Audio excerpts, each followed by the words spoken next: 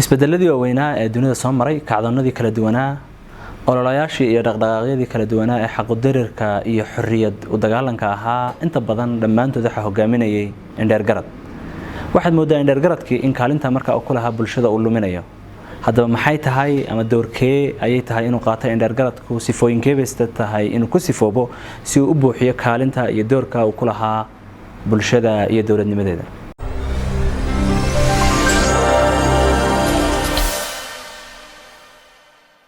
بسم الله الرحمن الرحيم نبض دمانتين با كسو دوادا كلن كلا iyo taxanaheeni buug wadaag kulankan buug aan ku soo qaadanayna waxa la yiraahdaa representations of the intellectual waxa qoray Edward Said oo macnaha noqonaya marka doorka ay indheergaradku ku leeyihiin nolosha bulshada buugan wuxuu asalkiisa hore ka soo bilaabmay waraysiyo uu Edward Said uu siiyay taxanihii barnaamijkii idaacadda BBC ka bixi jiray ee la oran jiray Ruth Lectures marka kaasoo 1993 uu marti ku noqday Edward Said halkaana marka uu ka soo jeediyay 6 lecture ama 6 khudbadood oo barnaamijka ka baxay markii dambena marka buugan uu u rogay buugan wuxuu u qaybsan yahay 6 qaybood marka laga tago hordhaca 6 isay ama 6 curis ee kala duwan sida ciwaanka buuga ka muuqatana wuxuu xooga saarayaa ama uu ka hadlayaa uu leeyahay indheergaradku doorkeebu ku lahaa bulshada iyo nolosheedii kala duwaneed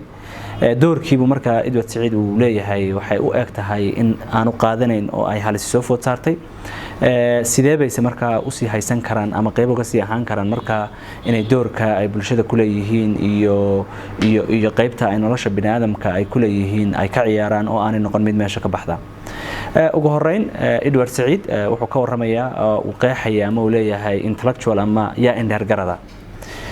indheergaradku ma in yar kooban oo dadka kamidaba ma koox badan oo meel joogtaba ma in magac laba marka jawaabta ugu fudud ee uu soo qaadayo ama uu soo bandhigayo waxay tahay jawaab uu ka soo xiganaya marka Antonio Gramsci qoraagii Talyaaniga ahaa oo le marka dadka oo dhami waa wada indheergarad laakiin indheergarad rasmi waxa inta qaadata ama bulshada u buuxisa halkii ay ahayd indheergaradku inay u buuxiso marka wuxuu leeyahay indheergaradku Edward Said waxa uu yahay waa qof marka u istaaga wax ka baxsan oo ka balaaran noloshiisa waa qof ka koran waaqica iyo nolosha dadka caadiga ah ay arkayaan waa qof u hura wax badan in uu xaqiijiyo marka aragti iyo ujeedo nololeed oo bulshada uu la nool yahay iyo dadkiisa uu ku dhex nool yahay lamida waa qof inta badan la garaba dadka taagta daran waa qof inta badan ka soo horjeeda ama codla oo inta badan ay isbaacsadaan dawladaha iyo dadka awoodda badan leh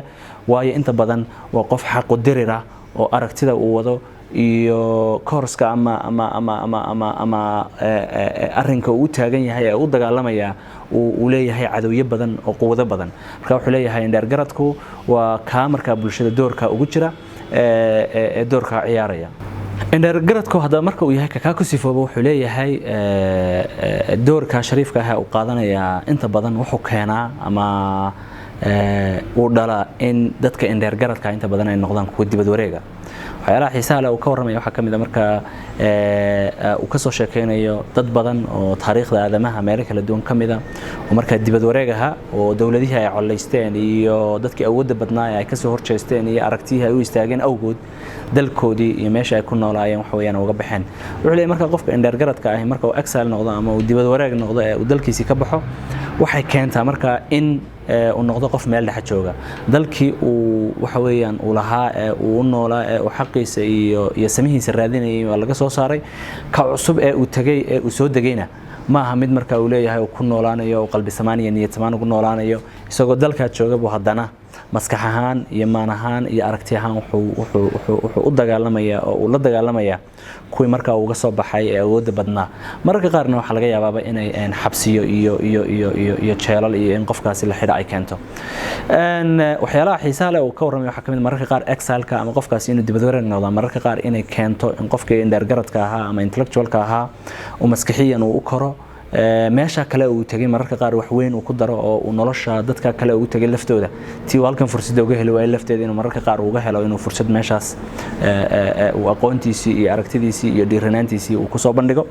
wuxuu taalo soo qaadanaya Kissinger oo kale uu leeyahay Mareykan markii uu tagay wuxuu ku kordhiyay marka inuu noqday dadka saraakiisha ugu sarsareeyay marka siyaasadda Mareykanka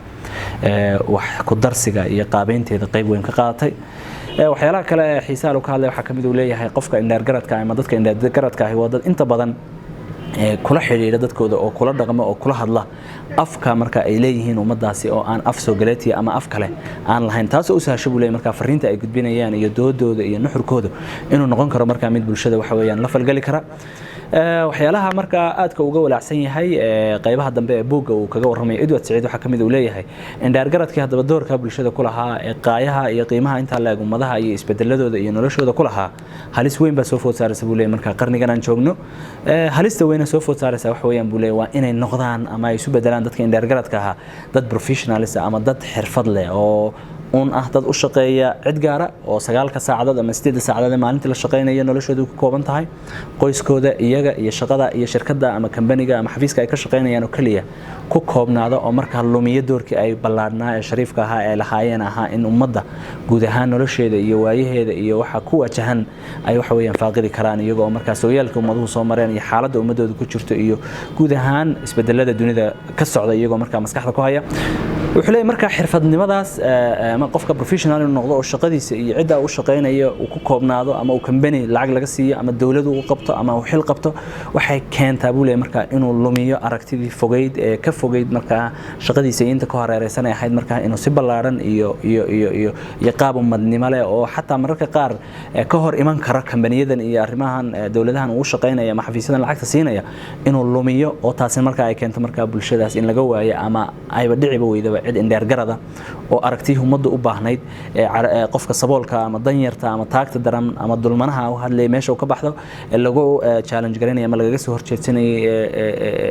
wax lagu weydiinay dawladaha wax lagu weydiinay shirkadaha iyo dadka awoodda badan leh ummadda waxa weeyaan marka si independent qofka indhaargaradka ama madax bannaan oo ka madax bannaan shirkadaha iyo danaha gaarka ah inuu u fikiro ba meesha ka baxaysa markuu qofkii professional noqdo walaaca ugu badan ee buugga ku soo bandhigayo qabaawataas wuxuu leeyahay tusaale ahaan haddii qofkii intellectualka ah ama indhaargaradka ah ee doorka ummadda ugu jiray uu noqdo qof cid gaar ah u shaqeynaya ama meel gaar ah lacag yar ka qaato waqtiga isku kooba